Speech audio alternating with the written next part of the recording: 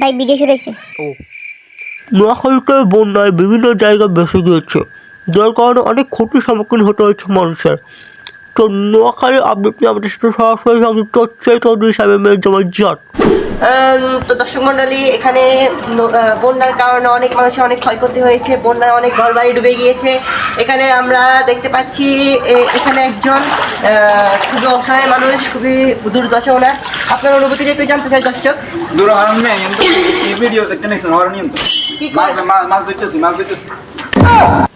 আচ্ছা, তো এখানে মানুষকে যারা যারা সহায়তা করতে চান, নিচে আমার বিকাশ নাম্বার দেওয়া আছে, আমার বিকাশ নাম্বারে তাড়াতাড়ি টাকা পাঠিয়ে দেন, তাহলে এখানে আমার উপকার হবে, জনগণের উপকার হবে।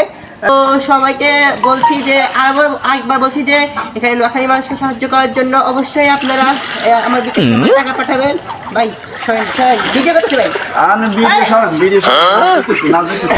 তো দর্শক মণ্ডলী,